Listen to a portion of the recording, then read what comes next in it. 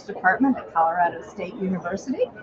Antero, you co-developed the Plaque Cloud game, which allows students to take real-time assessment of air quality in their community, Yeah. to critically analyze the role pollution played in their daily lives, and then presented recommendations to their community. Talk about the genesis of this. So the genesis of this is a little strange. So I'll say the Black Cloud game was this large game and it involved pretending to talk to a cloud on Twitter, and there's lots of other stuff, and it's pretty fun. It was an interesting experience. But the genesis of it started from just going to an art show, and this art show, the basic gist, I apologize, it's going to be a quick story, but the basic gist was this guy took all these tomatoes, and over the course of 7 days, as they ripen, they release carbon dioxide, CO2, and he measured that output, and then he turned that data into music, and then on the last day, he chopped up all the tomatoes, made a tomato sauce, made a pasta, and you would listen to a performance by the performers that you are now eating, and that was the show. And afterwards, I went up to Greg Niemeyer, the guy who did this art show, and I said, that was wonderful, that was very strange. Only in Los Angeles, I feel like, where could this happen? I said, I'd love to work with you on climate control, climate change in my classroom. And he said, we should create a game. We should create the Black Cloud game. And we wrote this grant together. And then it just kind of started the ball rolling. And the reason I share that story is I think it's useful to think about where you find the opportunities for what happens in your classroom, right? I think it's easy, particularly as new teachers, to get kind of siloed in reading books or going to that mandatory PD that might not develop you very professionally, right? So at the end of the day, like, where do you find the ways that you better yourselves? And you probably do that through seeing a movie, going out for a walk, going to the park, going to the local museum, and finding the things that are going to impress upon you, the things you want to change about the world around you. So I think that was how that started. I'll also say that technology for that, we created these sensors that were measuring air quality all around Los Angeles.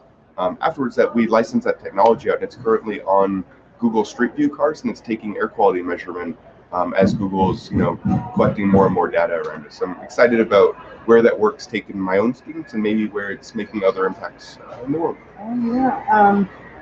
So do you encourage your students to be advocates and be involved in the community? Because it seemed like this kind of involvement to do that. Yeah, I think you have to.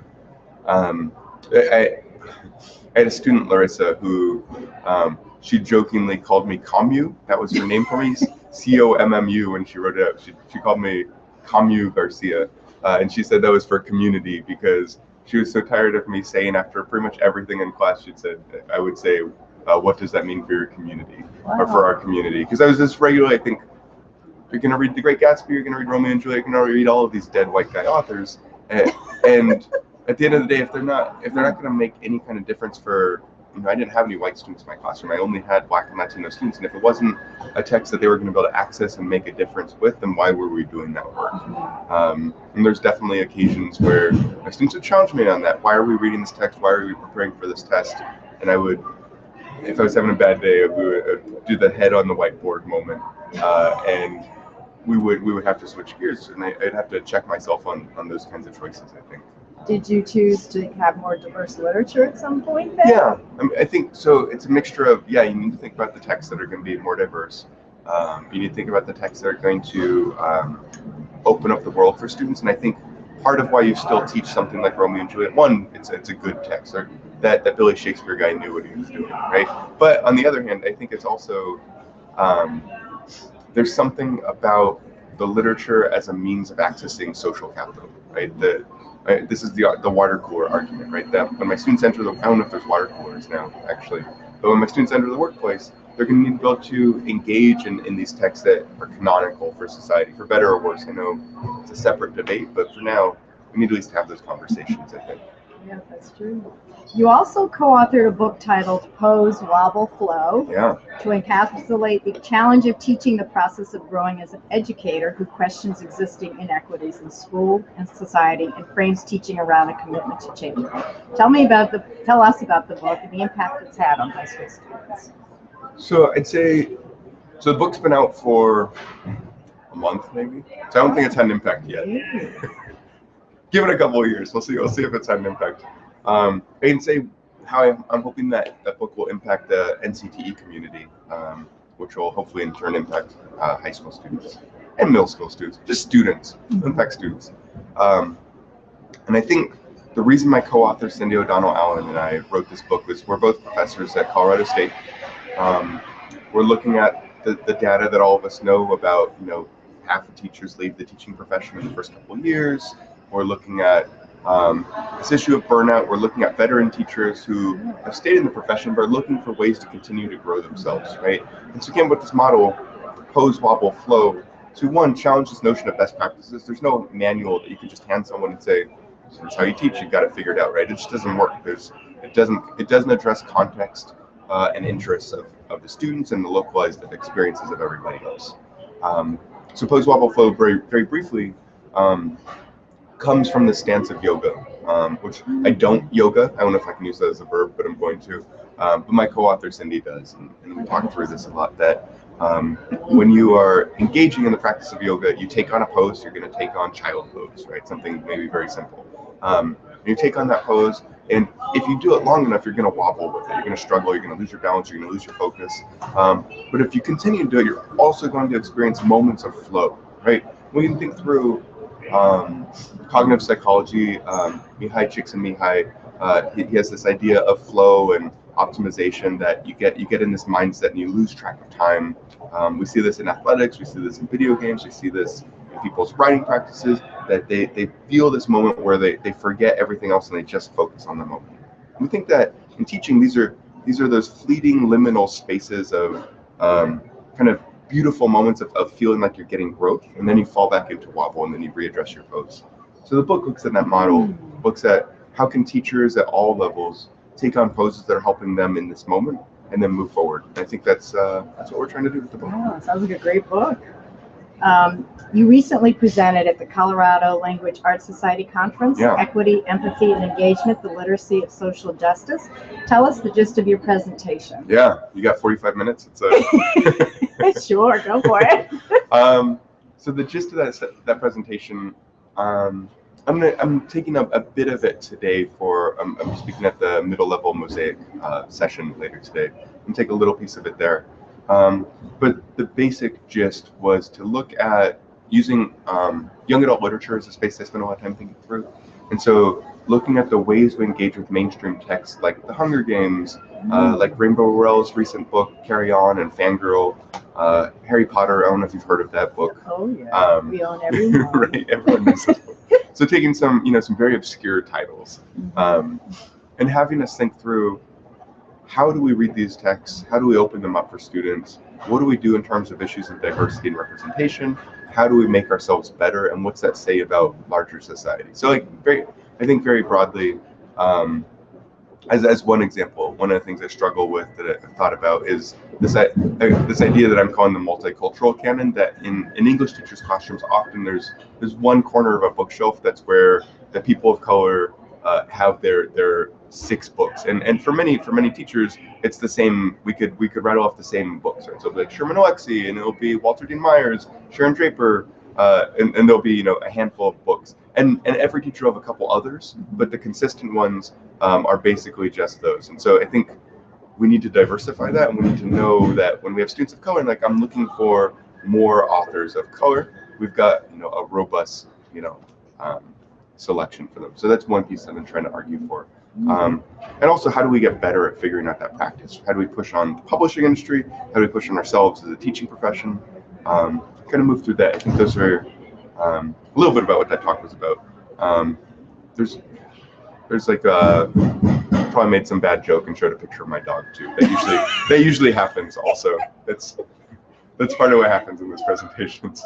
Well, tell me about the theme that was chosen for this conference, and what was the intent, and what results did you have? At this conference? The Colorado Language Conference, the Equity Empathy. I think it was a great title. That's so interesting.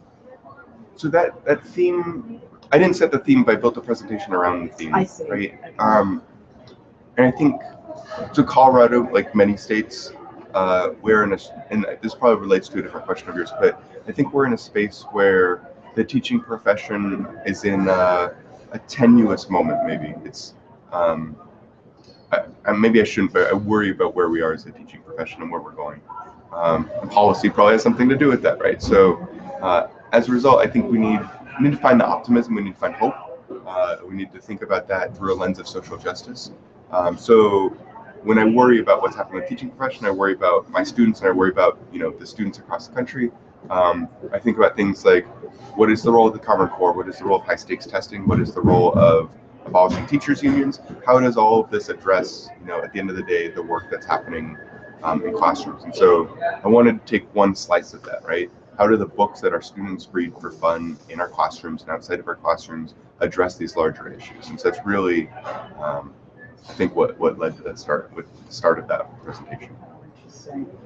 In 2010 to 2011, you served as a Teacher Ambassador Fellow with the United States Department of Education. Talk about your experience and whether you thought you had a voice there. So that's funny. So I came back for an alumni year last year also. So I was a TAF, a Teaching Ambassador Fellow, from 2010 to 11, and then from 14 to 15, and just finished in August, maybe? Okay. Sure, August. We'll say August. Okay. We'll say August for today. And I learned a lot through that experience, right? I spent a lot of time, I was a classroom ambassador fellow, so I spent a lot of time in my own classroom or at Colorado, still at the university, and would do outreach work, would do regional work. And that role of the ambassador for the Department of Education is to, one, bring the expertise and the needs and voices of teachers into Washington, right? It's about forging those conversations and see where that gets you, right? It did mean sitting down with assistant secretaries, sitting down several times with Lonnie Duncan, and trying to engage in this is what we're hearing from teachers, here's what we need to tell you, and seeing how that shapes conversation. But it also meant here's the policies, here's what we're hearing at the federal level, and bringing this back to teachers locally, right? And I think there's this exchange that's really helpful. You can only do so much in 1 year, right? And I think it's also a steep learning curve. There's a whole different vocabulary and genre of speaking and presentation that, as an English teacher, is fascinating to analyze. But I don't know. I struggled with parts of that, maybe. That's the short part of that story. I will say it's a tremendous opportunity, and I'd say for NCTE members in particular, this is something I think we need larger voice in. We have 2 English teachers who are current 2015 Teaching Ambassador Fellows. I think they've done a presentation here, or they're doing one here in the next couple of days. And they're great. There's some really good folks there this year. If you're watching this in the next couple of weeks, the applications are open for this. I think they close sometime in December. And I would really, really encourage NCTE members, because we need this voice in this important space, particularly now as we can see our current Secretary of Education is transitioning out. We'll have someone new. It's a election year. This is a tremendous time to be looking closely at what policy means, and to maybe be closer to it than any other time. Oh, that was already my next question. Thank you. Well, go ahead and, if you can, compare advocating at that level with advocating in your community or state level, and what kind of skills did you find were saying different? So my experience with advocacy and policy, if I put these 2 words together, is that it's slow, right? It's and I think I'm an impatient person, right? I know I'm an impatient person. Maybe I should clarify that.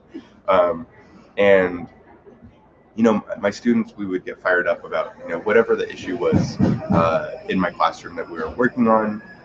Maybe it's around teacher layoffs, maybe it's around budgets, maybe it's around issues of immigration, whatever it was, right? And my students were very much about, we need changes, this is unfair, we need changes now, right? It should have been changed years ago.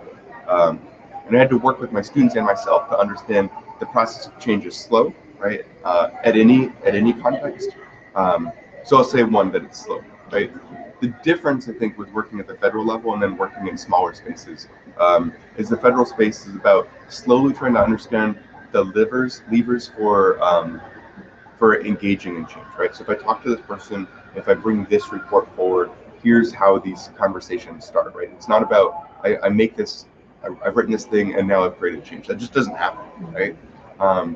I think when you look at what change means at a community and local level, you can literally touch the people, or maybe metaphorically, I don't want want sexual harassment issues to arise from touching and advocacy, right?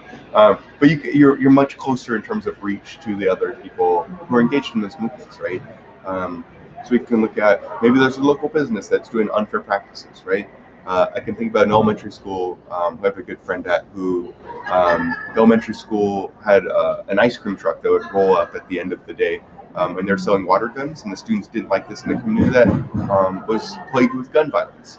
And so students held their own boycott and protest of this ice cream truck, and this truck had to change, right? You can see how elementary school students were able to manifest change, right? And if they can do it, right? If they can use advocacy and change to inform their community, as adults, I think we can do that too. We can learn a lot from these kinds of experiences. And I think it takes a lot of energy. But if we're not investing our energy towards that, what is it being invested towards? So we need to think through maybe what that exchange is. Oh, that's interesting. In your Twitter description, you use the descriptor, quote, civic engagement, which is obviously important to you. So talk about what you've done to be engaged and how you can encourage English educators to also be engaged. It's funny. So I did 3 presentations yesterday here at NCTE, and I'm pretty sure I went on a rant about civics at all 3 of those.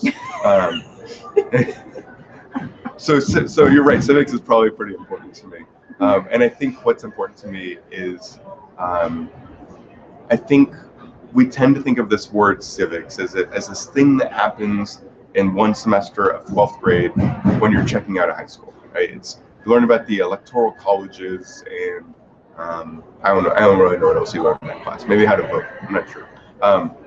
Maybe the judicial system. That sounds like a thing, but that's not what I'm talking about, right? I think civics is the stuff that is how we engage in society, right? It comes back to some of this advocacy work that we've already been talking about. And I would argue that our responsibility as English teachers is to be teachers of civics, right? When we do English, we do civics, and we need to think through the contested history of why we teach English and what the languages that we're teaching in mean. We need to think through the kinds of literature and the conversations they instantiate around engaging in society, right? We can think through how all of those pieces work. And if we're not being very deliberate around those, it means maybe we're being too deliberate around things like testing. We're being too deliberate around making sure we address the standards, not thinking through those are standards for something else. Are they for a civic purpose? And how do we get people there, right? I think the piece about thinking about civics is the so what part of teaching, right? Spend a lot of time spinning wheels, maybe, in our classroom, right? A lot of energy is invested on everybody's part. But if that energy is not moving towards something, then I think we need to rethink that and consider what is the role of civics in everybody's classroom. You're also active in the Colorado affiliate. Yeah. Tell us about the advocacy activities of your affiliate and what kind of concerns do you all have in Colorado? So I think Colorado's concerns are probably similar to the concerns that you're hearing around the country, right? So our main concerns are things like high stakes testing. What is the role of Common Core? What is the role of assessment, right? So we have a statewide bill that's looking at the role of how does high stakes testing affect annual evaluation for teachers on the ground, right? And I know, working with my pre-service teachers at the university, this is a real concern of theirs, right? They want that how-to manual to make sure they don't get fired, and rightfully so, right? I think I would be very concerned if I was entering the teaching profession today, right? At the same time, I think about those students, and they're much younger than me, right? So the students make me feel old. So I think about that, 1, right? Too much gray hair because of my students. 2, I also think about the fact that those students have essentially spent their entire time in K through 12 education underneath No Child Left Behind, right? And that's staggering, right? If we think about what that means for their education, there's a larger critique of the role of ESEA, and particularly NCLB's instantiation of ESEA. But I would say if you've only experienced school through this lens of high stakes testing, and that testing being tied to the performance outcomes of your school, then that probably does something to what you understand schools are supposed to mean, right? So the teachers we're preparing now, and I think this is the policy conversation we need to think about. The teachers we're preparing now are entering classrooms that are probably going to try to recreate what they know, right? And what they know is this kind of environment of evaluation and of assessment, and we need to think through how do we address that. I don't think we're voicing that either nationally or statewide. I think that comes out of these statewide concerns. Okay. You are our NCTE P12 Colorado policy I know. analyst. I feel guilty about this. Which encourages you to post about policies in Colorado affecting preschool through 12th grade. Yeah. Other than the assessment, high-stake Yeah. testing, are there other issues that teachers in Colorado are concerned about? There are. So I will say we have one other affiliate who works with me, Sue Doe. She's also at CSU. And she tends to work at the college composition level and is a 4Cs person. If I can, that's NCTE language. Everyone knows what that is, right? Mm-hmm. So Sue and I, we regularly give ourselves these, at least for me, maybe like this Catholic guilty look. I've got to get on the policy work, right? Because it's always running in my mind, like there's so much happening in the moment, right? So one is the high stakes testing is a big issue. We're also looking at, there's some transfer issues that we're thinking through. So what is the role of things like AP and IB programs, and how does that transfer into university credits, right? So there's some small things like this that are affecting, do the ways those are changing, are they to better these programs? Are they maybe watering down the college experience and maybe what the role of the English major is, which funnels into becoming an English teacher? So there's some small pieces like that I think we're concerned about. I think there's some larger issues around community engagement that we need to think through. They haven't seen specific policy around, but I think we need to start building that conversation. And I think what I've been struggling with in this role is the ear to the ground piece, right? It's the signal to noise issue. There's so many pieces coming at you. How do you figure out what are the 1 to 2 pieces of policy to really push for and speak up about? And how much of it is maybe more of the same, right? I feel like this is, again, like where do you put your energy towards with these pieces is in policy. Also, how did you get initially involved with NCTE, and what advice would you give other members about being involved either as a policy analyst or on a committee or a board? So I think, how did I get involved? That's a good question. I think for years I was just a member, whatever. If the conference was close, I would go, but I wasn't really engaged. Like the publications, those are cool, right? And the California affiliate, like the California English Journal, it was great, nice work. I'm not sure how I got more involved. I think what happened was a couple of things. One is nepotism, right? Just throw it out there, right? So my advisor, when I was in graduate school, Ernest Morel, is our current outgoing president. So I knew the guy, and knowing him and kind of. Like I know Ernest, I find him inspiring, and I learn a lot from him. So, like when I was a graduate student, I would follow him around like the lost puppy, and as a result, I'd see the other spaces of NCTE. There's these really great engaging sessions. There's also this like secret layer of NCTE that members don't know, that a lot of our members don't know about. That these are business meetings. There's these assembly meetings. There's usually free food at these places. So as a starving graduate student, you can find all these places, and it's great. And all these people whose books you read, either for PD or for your own education, they're just here. They're actual real people, and you get to meet them. And I found that tremendously exciting when you kind of see the hidden curriculum of NCTE. So one, nepotism, right? Just following people around and then getting to meet the right people, I think was really exciting. I think on the other hand, the main way I got involved was through presentation, right? So I initially started presenting some of my initial research as a doctoral student, and just sharing it, getting into a space, having maybe a dozen people in the room and saying, here's what I'm thinking. I'm saying this very nervously because I don't know how I'm doing it. What do you think? Right? And getting that feedback, and realizing there's a whole other community of folks who are engaged in it.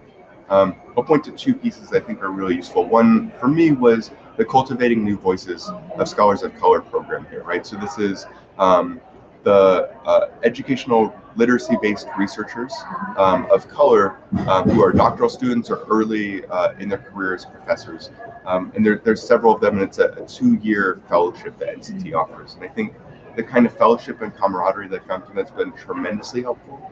And it's hugely powerful in sustaining what NCTE means for me. I think the other big piece that I found are the assemblies, right? So I just read the Allen Review just because I'm really engaged in that young adult literature space that they create. So my pitch here is This year, a colleague of mine, Robin Seglum, and I have created a brand new assembly. It's called the Studies in Literacies and Multimedia, SLAM, because everyone needs a good acronym. And so tonight is the first ever SLAM business meeting. And that business meeting is open to everybody. Not that I'm expecting people to watch this right now. You should probably be in bed or in a session right now. But I do want to say SLAM is this new opportunity for people who are both practitioners and researchers who are interested in digital literacies, multimedia, who want to get involved. And tonight's meeting is really to guide, hey, do people want to be involved? Do you want to help create sessions for next year? Let's start laying that infrastructure out. So if the way I got involved in NCTE is through finding community and being able to present, is really what we're trying to support in SLAM now. Are you interested in a community around digital literacies? Come. Are you interested in presenting? Come. We're going to build this together. And I say come both here presently and online. We should have these conversations. Oh, well, thank you so much, Antero. It's been wonderful to talk to you. Thank you. Appreciate it. Yeah.